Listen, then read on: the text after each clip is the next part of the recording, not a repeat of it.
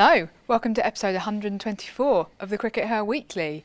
We are at the very back end of the Commonwealth Games. We are here inside Edgbaston. This behind us is the mixed zone for cricket that's been in use all week for players to come up after the match and to do post-match interviews. And yeah, it's been an amazing few days at Edgbaston. Sid, we've literally just watched the gold medal match between India and Australia, and Australia came out on top, but it was a cracker of a match, wasn't it? Yeah, we thought that the England-India match had been really good yesterday, but this is another great match. India definitely made Australia fight all the way. I'm not quite convinced, 100% convinced that at any point that India really had it under control. They were always slightly chasing the game, weren't they? Australia certainly didn't make the kind of total that they made in the T20 World Cup final a couple of years ago. So they were about sort of 25 runs short of that, 20 runs short of that, 64, 74, 80, 20 runs short of it.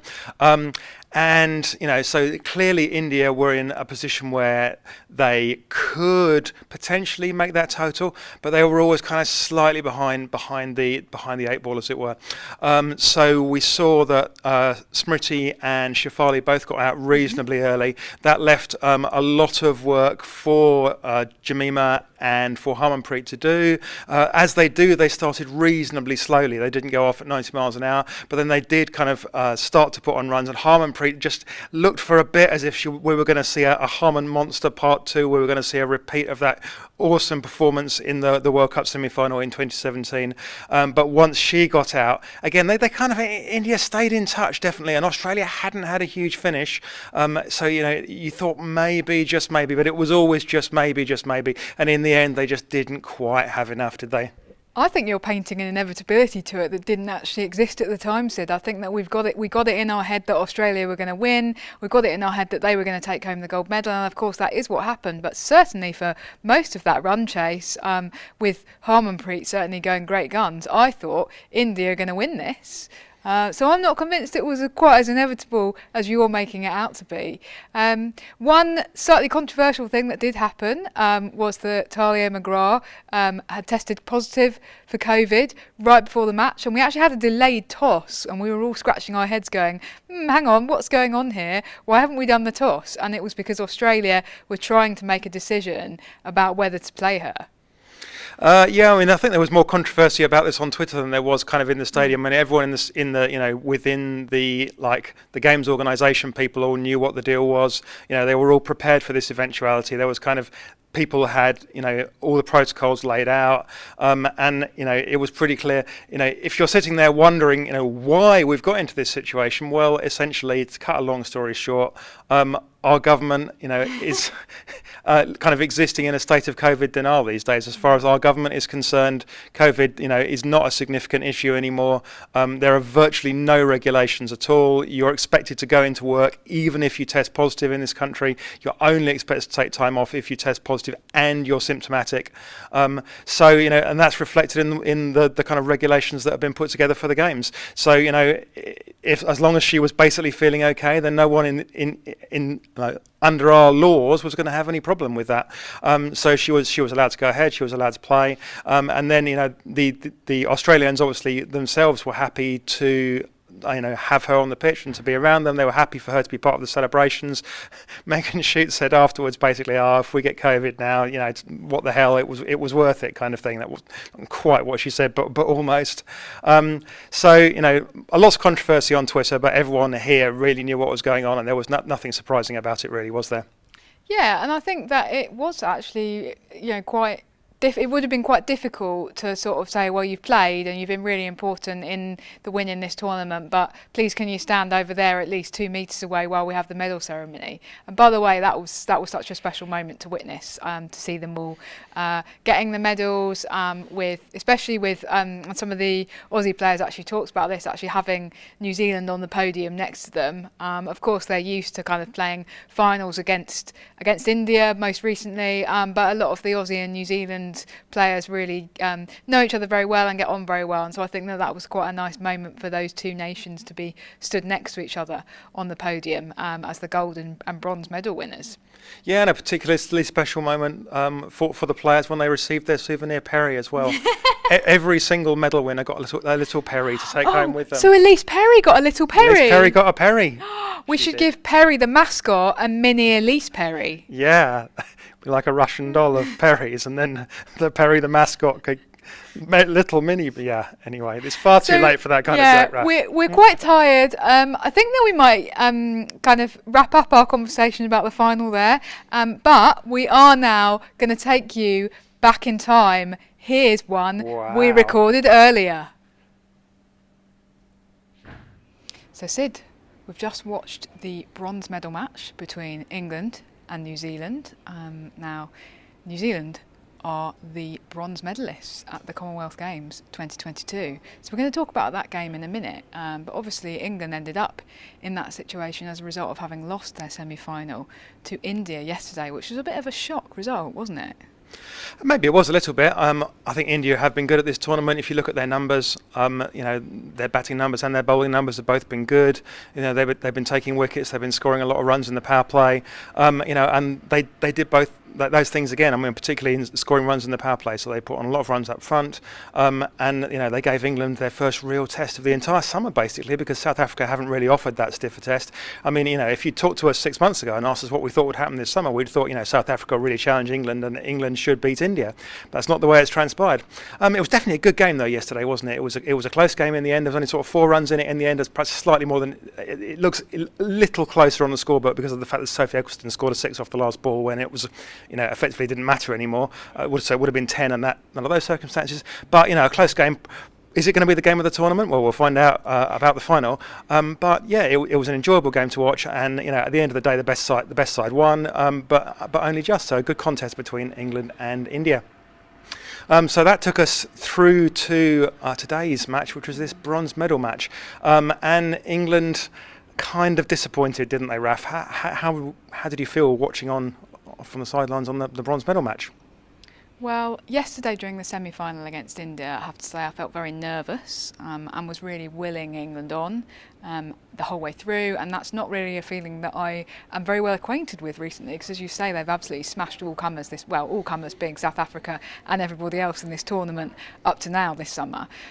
So yesterday I felt quite nervous. Today it was actually quite hard to watch, but in a different way, because that's not the way that we want to see England play their cricket, and definitely a few of those early wickets up top in particular, it really felt like some of the England batters were just sort of almost throwing their wickets away, and that's always quite uncomfortable and a little bit painful to watch, and it was just a bit of a damp squib of a bronze medal match. You want to see both sides be really up for it, but it felt like it was only New Zealand who were really up for it, and you really did feel that England were struggling to move on from their really disappointing defeat in the semi-final. And I think I actually tweeted saying, look, guys, it's a bronze medal, it still matters. You might think, oh, well, we've thrown away our chance at the gold, so we're struggling to incentivise ourselves for this game, but actually it does really matter. And obviously some people might disagree with that interpretation, but certainly watching, it felt like they were kind of throwing it away a little bit and making it relatively straightforward for New Zealand, who, by the way, are the loveliest team. I could not be happier for Sophie Devine and Susie Bates. We're going to talk a little bit in a minute about what my role has been this week, but suffice it to say I've talked to a lot of players, and those two this week have just been an absolute delight, as they always are, so I am so happy for them. Just a bit disappointed for England. It was quite difficult to watch after the match. Catherine Brunt come up here to give some quotes to the media, and she was really upset, really struggling to kind of hold back the tears. But actually, it's been difficult for England. I think They have really missed Heather Knight, actually.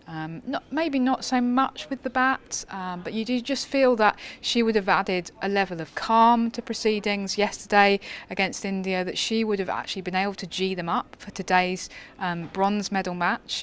They have got this kind of young squad at the moment, and we have encouraged them to pick those young players. So I don't think we can really complain. I'm not convinced that Alice Capsey, who's one of England's leading run scorers in the tournament, or Freya Kemp particularly are to blame for England crashing out of this without having won a medal. It just feels like they needed that leadership at the top to steer them, and somebody who's just very calm and with loads of experience of leading the team. That's something you can't substitute for.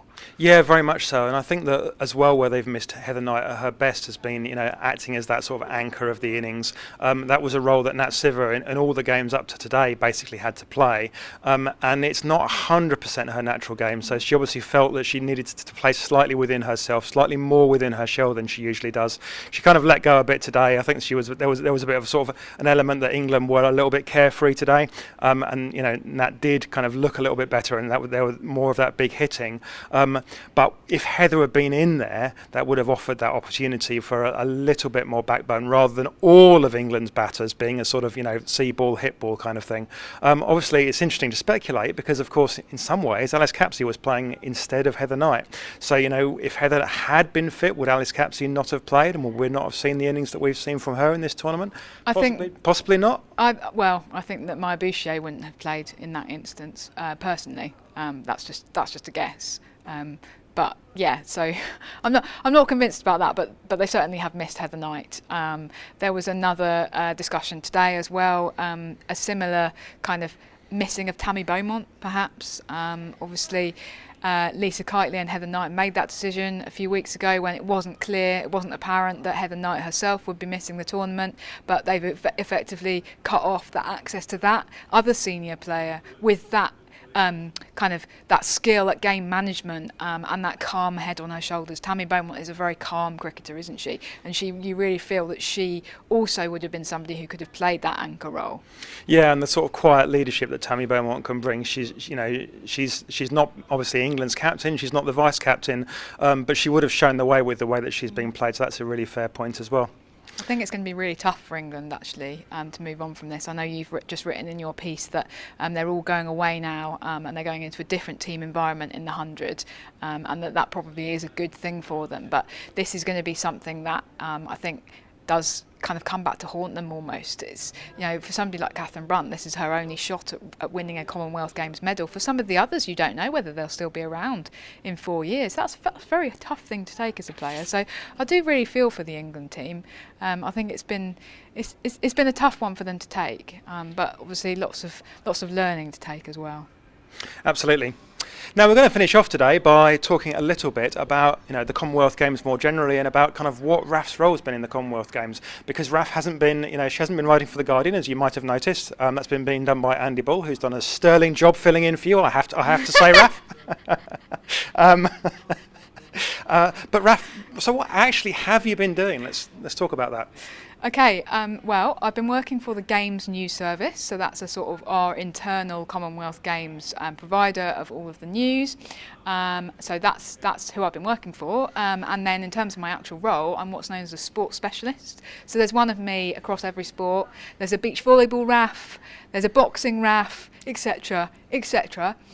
So I'm the women's cricket RAF, by the way, just in case that wasn't obvious. So I've been chosen for this role because of my kind of perceived expertise in women's cricket. Others would beg to differ, but there you go, I'm here. So my main role has been, so first of all, I'm in the press box for every match.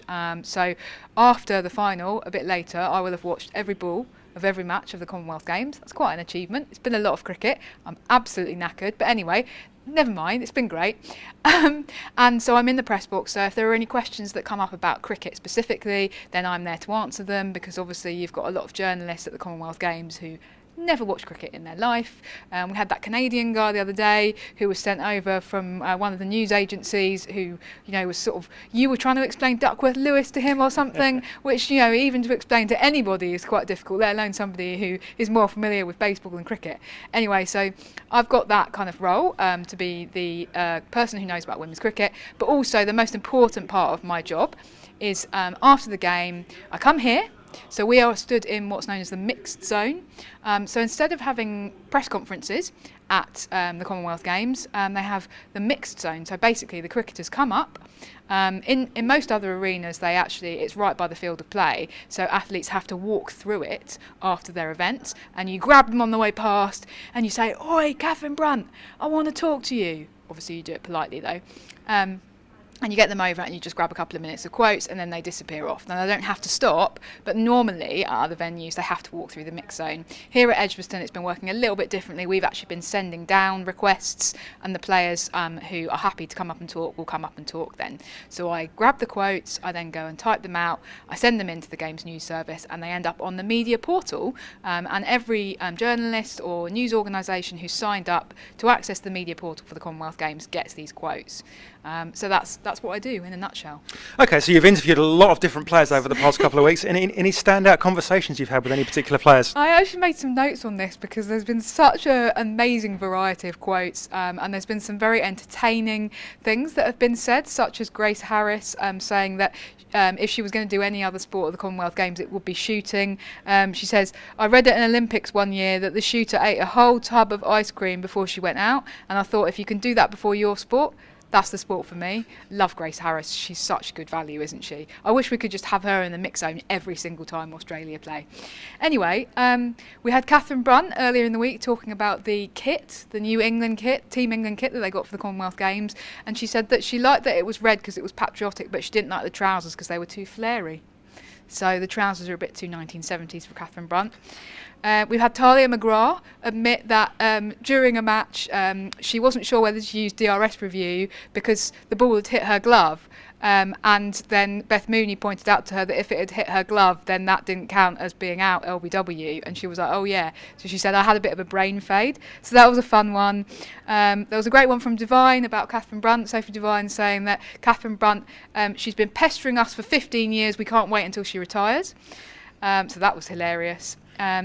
And then in terms of kind of insightful quotes, we've just been talking about Nat Siver being the stand-in captain for Heather Knight, but what we had was actually Nat Siver saying that when Heather Knight was ruled out of the Commonwealth Games, it was a little bit easier for her to come in and be captain. She said, "It's nice to not be like, is she going to play? Is she not going to play?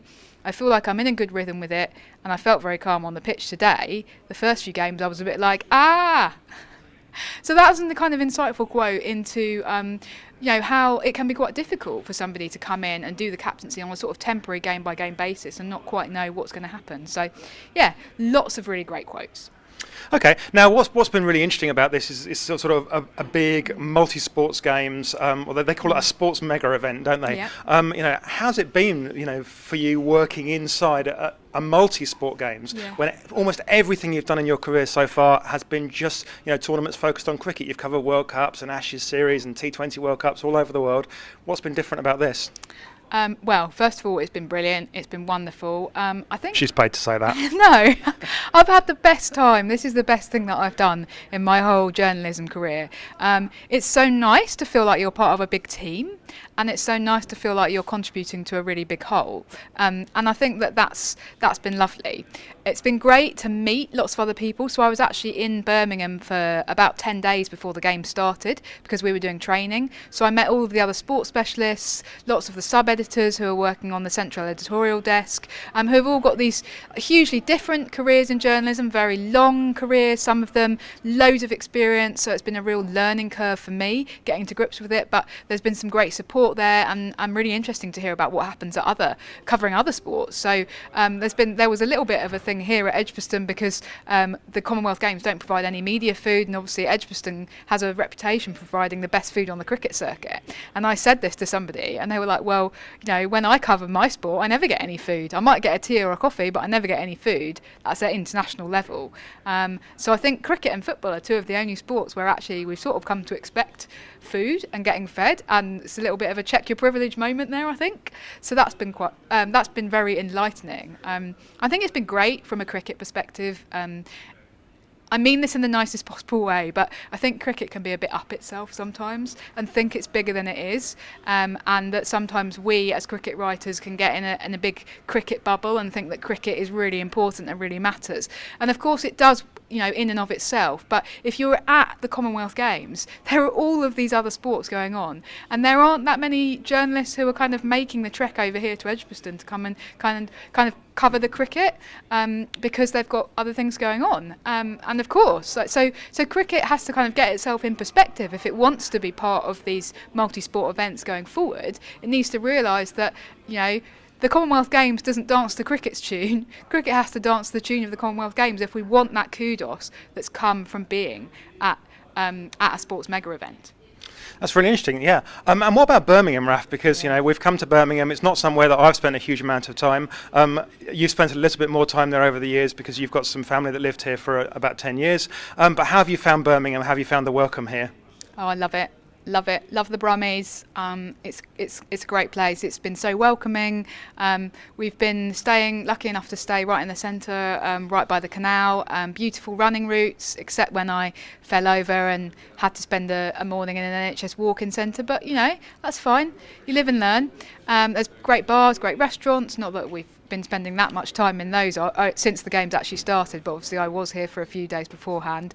It's been really nice, and it just feels like people have really got behind the Commonwealth Games, and one of the things that's so nice is to just walk through Birmingham city centre and see all of these people in this kind of this bright, quite garish uniform, and just having a great time and really getting involved. So yeah, that's partly what I mean about feeling part of a bigger whole, I think. Okay, and now the really big question, Raf. You know, there's been a lot of talk about cricket in the Olympics, and the ICC have made kind of a decision that they're going to pursue the opportunity that's offered by cricket in the Olympics. It does slightly bring to mind the old Mrs. Merton joke. Is just what is it about the millions of dollars available from the Olympics that's attracted cricket to this idea?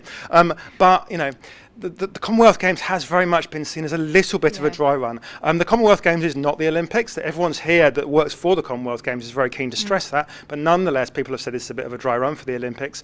How do you feel now, having been through this experience, about cricket's prospects in the Olympics? I've got mixed feelings, and I think the reason why I've got mixed feelings is largely to do with, as I understand it, so something Claire Connor said about this the other day, actually, about cricket being in the Olympics. She said, oh, well, you know, we at the ECB and the ICC have yet to decide whether we want it to be, you know, just women's cricket or men's cricket as well in the Olympics, and you know that's a really very interesting thing to say. But because as I understand it, that's not a choice that anyone in cricket can make. The IOC mandate that if you're a sport and you're in the Olympics, then you have to be both men's and women's. Netball has fought for years to try and get in the Olympics, to no avail, because it's a women's only sport at international level, and so that is not something that cricket has the power to decide.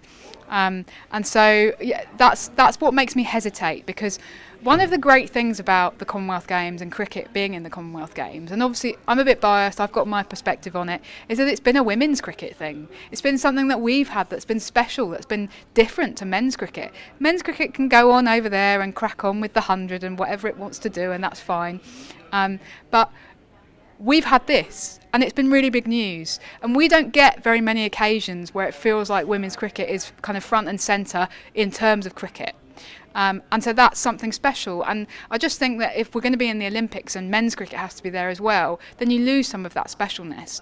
And I'm not convinced that the men's cricketers, you know, the top men's cricketers actually want to be at the Olympics. They've got a really crowded international schedule. You've got people like, you know, Ben Stokes saying, I'm going to retire. Oh my goodness, we just said Ben Stokes on the CRICKETher podcast. Is that a first? Anyway. Who?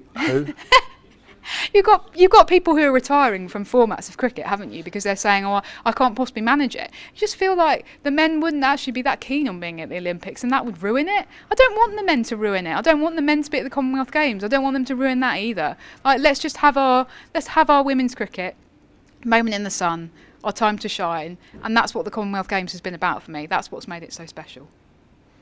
Okay, well, thank you very much. That was a great insight, Raf. So, well, that's been it from the Commonwealth Games. We'll be back somewhere next weekend. Gosh, I've no idea where we're going to be or how we're going to be. We're probably going to sleep for about a week. But we've got the 100 coming up, hot on the heels of this tournament. So we'll be bringing you lots of coverage of that. We'll see you there. For the moment, goodbye.